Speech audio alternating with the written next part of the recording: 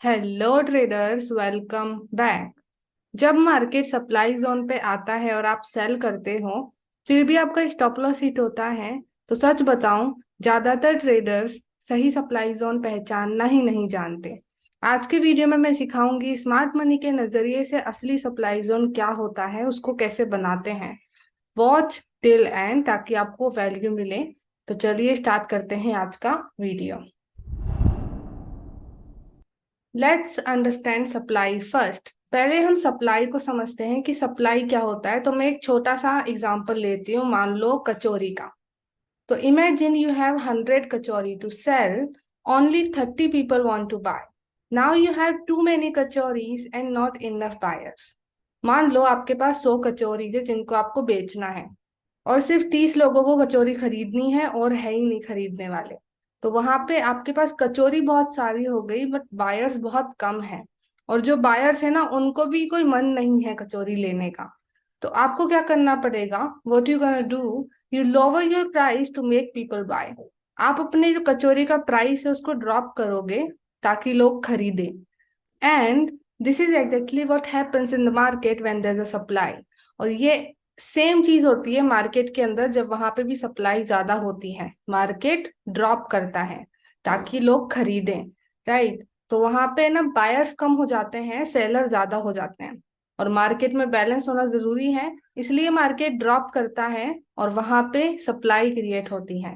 तो supply means more sellers than buyers.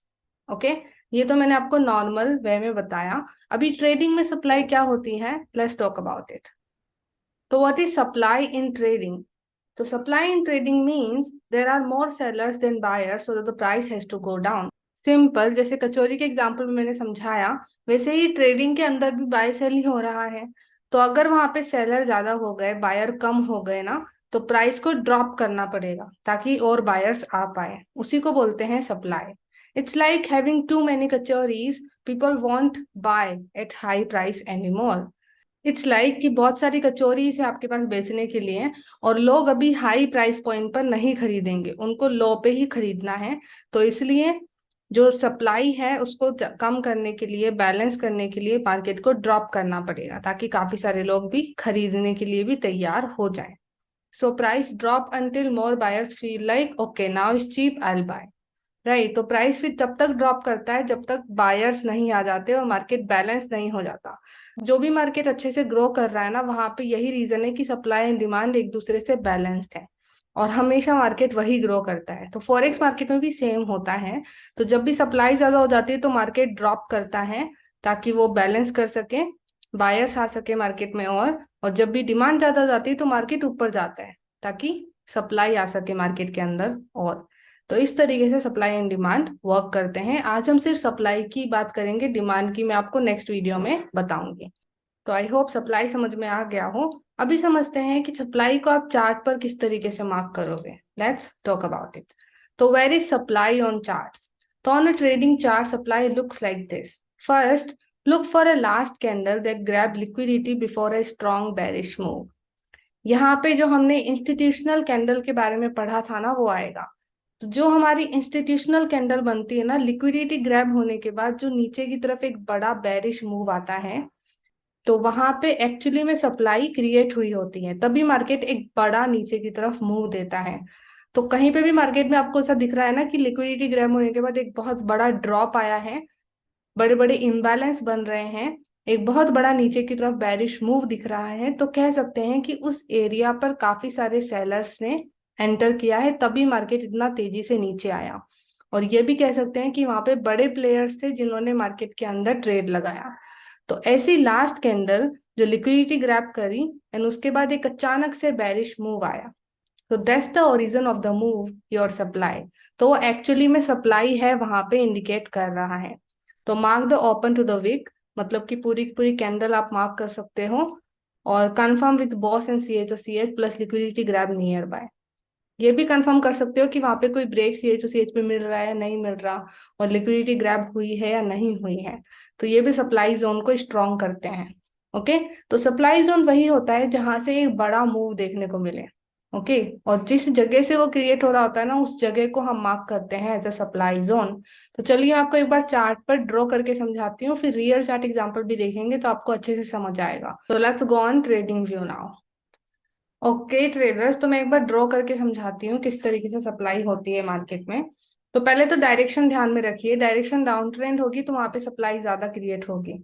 Supply देखने के लिए आप क्या देख सकते हो, या तो आप देखो कि कहाँ से बड़े बड़े मूव दिख रहे हैं जहाँ पे बड़े बड़े इम्बैलेंस है, या फिर देखो कि कहाँ पे लिक्विडिटी ग्रैब हुई है और वहां से एक बड़ा ड्रॉप देखने को मिला। तो मान लो आप डाउन ट्रेंड में हो और आपने देखा मार्केट ने एक इक्वल हाइस क्रिएट की है। ओके। एंड फिर उसको ग्रैब किया और अचानक से नीचे की तरफ एक ड्रॉप देखने को मिला। तो यहाँ पे लिक्विडिटी ग्रैब करते ही नीचे की तरफ ये ड्रॉप आया, एक बड़ा ड्रॉप होता है, एक इम्बैलेंस क्रिएट होते हैं, बहुत बड़ा एक नीचे की तरफ मूव देखने को मिलता है। तो वहां पे ये इंडिकेशन कर रहा है कि अगर इतना बड़ा नीचे की तरफ मूव आया है, मतलब कि जो स्टार्टिंग पॉइंट है यहाँ पे, जहां से वो एक्चुअली में मूव आया है लिक्विडिटी ग्रैब होने के बाद, वहां पे बहुत सारे लोगों ने सेल किया, तभी इतना नीचे मूव आ गया मार्केट में, राइट। तो वहां पे बहुत सारे लोगों ने सेल किया है, साथ के साथ वहां पे बड़े प्लेयर्स ने भी सेल किया है, तभी मार्केट इतना नीचे इतना बड़ा मूव दे पा रहा है। जहां पे भी आपको बड़े बड़े इम्बैलेंस दिख रहे हैं ना, बड़ा मूव देखने को मिल रहा है, तो वो सिर्फ नॉर्मल ट्रेडर्स से नहीं होता, वहां पे इंस्टीट्यूशंस स्मार्ट मनी भी अवेलेबल होते हैं।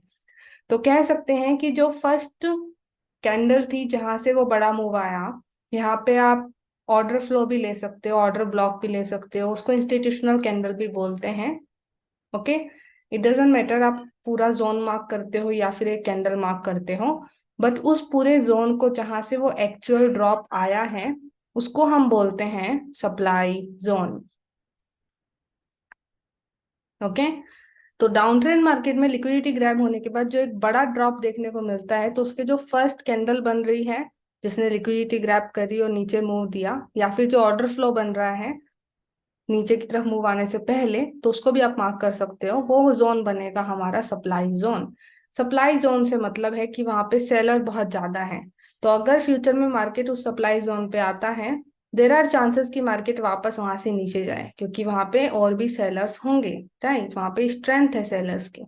इस तरीके से सप्लाई जोन ज्यादा हेल्पफुल होते हैं। काफी सारे लोग हैं जो कि रेजिस्टेंस को एक सप्लाई जोन की तरह देखते हैं, जैसे कि यहाँ पे ये एम पैटर्न बन रही है, मान लो यहाँ पे एक रेजिस्टेंस बन रहा होता, तो लोग सोचते हैं कि बार बार मार्केट इस जोन से नीचे जा रहा है तो मतलब यहाँ पे सेलर ज्यादा है, मतलब कि यहाँ पे सप्लाई जोन ज्यादा है। बट द प्रॉब्लम इज यहाँ पे स्मार्ट मनी नहीं है, बड़े प्लेयर्स यहाँ नहीं होते, बड़े प्लेयर्स लिक्विडिटी ग्रैब होने के बाद ही मार्केट में आते हैं।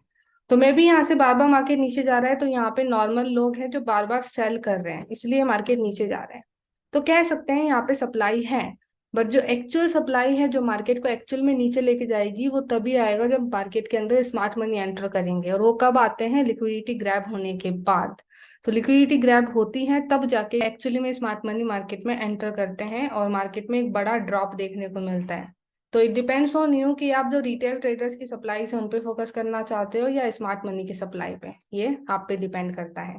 तो चलिए मैं आपको इसके एक रियल चार्ट एग्जांपल भी दिखा देती हूँ एक दो, ताकि आपको अच्छे से क्लियर हो जाए। ओके ट्रेडर्स, तो एक हम एग्जांपल देखते हैं यूएसडी केयर में, सबसे करंट में ही एक अच्छा खासा एग्जांपल बन रहा है जो मैंने आज समझाया उससे रिलेटेड। तो यहाँ पे क्या हुआ है ना, यहाँ पे वीकली में इक्वल हाइस की लिक्विडिटी ग्रैब हुई ऊपर की तरफ, और ये लिक्विडिटी ग्रैब होते ही है ना नीचे की तरफ एक ड्रॉप आया। तो मतलब कि जब ये लिक्विडिटी ग्रैब हुई उसके बाद यहाँ पे काफी सारे लोगों ने सेल करना स्टार्ट कर दिया, और मे बी जो स्मार्ट मनी है इंस्टीट्यूशन से, उन्होंने भी सेल करना स्टार्ट कर दिया, जिस कारण डेली में नीचे की तरफ एक सीएचओ सीएस देखने को मिला और बड़ी बड़ी बैरिश कैंडल देखने को मिली। जैसे कि मैं दिखा देती हूँ, हेयर बिग बैरिश कैंडल और नीचे की तरफ एक ब्रेक देखने को मिल रहा है। ओके। तो it's an indication, liquidity grab होने के बाद जो नीचे की तरफ ये बैरिश मूव देखने को मिल रहा है, इट्स एन इंडिकेशन कि यहाँ पे काफी सारे सेलर्स आए हैं। तो सेलर ज्यादा हो गए बायर से, मतलब यहाँ पे सप्लाई ज्यादा हुई है। तो जो लास्ट कैंडल है जहां से एक्चुअली में मूव आया, उसको आप मार्क करोगे तो वो होगा आपका सप्लाई जोन। तो यहाँ पे देखो मार्केट ने उस सप्लाई जोन में एंटर किया और वापस से नीचे की तरफ बड़ा मूव दिया, राइट। तो मतलब कि यहाँ पे सेलर्स बहुत ज्यादा थे, इसलिए ये एक मूव देखने को मिला। तो इस तरीके से सप्लाई जोन आपको मार्क करने हैं। तो चलिए और एग्जांपल देखते हैं। ओके, तो यहाँ पे हम एक और एग्जांपल देखते हैं सप्लाई का। तो जैसे कि यहाँ पे काफी सारी लिक्विडिटी क्रिएट हो रही है। ओके, इक्वल हाइस क्रिएट हो रहे हैं और मार्केट ने ऊपर जाकर के इस लिक्विडिटी को ग्रैब किया और फिर नीचे से देखो एक अचानक से एक ड्रॉप देखने को मिला है और नीचे की तरफ एक ब्रेक भी देखने को मिल रहा है। तो इट्स एन इंडिकेशन कि जैसे ही लिक्विडिटी ग्रैब हुई है, यहाँ पे काफी सारे लोगों ने सेल करना स्टार्ट कर दिया और मार्केट ड्रॉप किया। और मे भी हमारे स्मार्ट मनी ट्रेडर्स थे जिन्होंने भी यहाँ पे सेल किया होगा, और हमारे इंस्टीट्यूशन स्मार्ट मनी में भी यहाँ पे सेल किया होगा, तभी जाके नीचे की तरफ मूव मिल रहा है। तो इट्स एन इंडिकेशन कि यहाँ पे सप्लाई ज्यादा हो गई, इसलिए मार्केट ने ड्रॉप कर दिया। तो हो सकता है कि यहाँ पे अभी भी सप्लाई ज्यादा हो। यहाँ पे मैं जो ऑर्डर फ्लो है वो पूरा मार्क कर रही हूँ। अभी ऑर्डर फ्लो ऑर्डर ब्लॉक क्या होता है इस पे भी मैंने वीडियो बना रखा है, वहां पे मैं डिटेल में नहीं जाऊंगी। आप ऑर्डर ब्लॉक ऑर्डर फ्लो का वीडियो चेक कर सकते हो, आई बटन पे दिख रहा होगा। तो यहाँ पे ये होगा हमारा सप्लाई जोन। तो मे बी मार्केट अगर फ्यूचर में यहाँ पे आता है तो यहाँ से हमें मूव देखने को मिलेगा। जैसे देखो यहाँ पे मार्केट आया और नीचे की तरफ वापस से एक मूव देखने को मिला, करेक्ट। तो इस तरीके से सप्लाई जोन अगर आप देखोगे तो वो ज्यादा अच्छे होंगे और वहां से एक्चुअली में मूव देखने को मिलेंगे। तो सप्लाई जोन देखने का क्या तरीका है, पहले तो देख लो कि कोई लिक्विडिटी ग्रैब हो रही है नहीं हो रही। उसके बाद एक बड़ा ड्रॉप, बड़ा मूव होना चाहिए, इम्बैलेंस बन रहे हैं, बिग बिग बैरिश कैंडल बन रही है, तो वो और भी ज्यादा दिखेगा कि वहां पे और भी ज्यादा सेलर्स इकट्ठे हुए हैं। जितना ही छोटा मूव होता है ना, वहां पे वो दिखाता है कि कितनी वीक थे सेलर्स, कि वो इतना भी मार्केट को नहीं ले जा पाए। तो जो मार्केट में मूव आता है ना, उसकी स्ट्रेंथ भी बताती है कि वहां पे कितनी अच्छी सप्लाई होगी। तो यहाँ पे लिक्विडिटी ग्रैब होने के बाद डायरेक्ट मार्केट नीचे आया है। ओके, इफ यू सी ऊपर की तरफ छोटे छोटे रिटेस्ट हुए हैं, ज्यादातर बड़ी बड़ी बेरिश कैंडल बन रही है। तो इट्स एन इंडिकेशन कि यहाँ पे काफी सारी सप्लाई थी। तो जहां से एक्चुअल मूव निकला है ना, उस जोन को हम मार्क करेंगे तो वो सप्लाई जोन के अंदर आएगा। And there are higher chances कि वहां पे मार्केट जाएगा तो वहां से हमें और मूव देखने को मिलेंगे, जैसे कि आप देख सकते हो। ओके, तो that's called supply zone. I hope समझ में आ रहा हो किस तरीके से सप्लाई जोन मार्क करते हैं। अभी मैं आपको कुछ कॉमन मिस्टेक शेयर करती हूँ जो लोग करते हैं सप्लाई मार्क करते वक्त। तो let's go back to the PDF. So common mistakes क्या करते हैं लोग सप्लाई मार्क करते वक्त, तो पहली है drawing supply wherever price dropped. जहां पे भी प्राइस ड्रॉप करता है ना, वो वहां पे सीधा ही सप्लाई मार्क कर देते हैं। ऐसा नहीं होता गाइस, डायरेक्शन भी मैटर करती है। ऐसा नहीं कि मार्केट अप ट्रेंड है और वहां पे आपको एक ड्रॉप देखने को मिला अच्छा खासा और आपने सप्लाई मार्क कर दी। नहीं, मार्केट अप ट्रेंड है तो वहां पे डिमांड ही ज्यादा है, सप्लाई ज्यादा नहीं हो सकती है। तो काफी सारी चीजें मैटर करती है सप्लाई में, सिर्फ प्राइस ड्रॉप के बेस पे उसे मार्क मत करिए। Second, using support resistance logic instead of order flow. This is the biggest mistake. काफी सारे लोगों का आप वीडियो देखे होंगे तो उन्होंने भी यही चीजें दिखाई होंगी कि सपोर्ट रेजिस्टेंस सप्लाई डिमांड होता है, बट ऐसा नहीं होता है।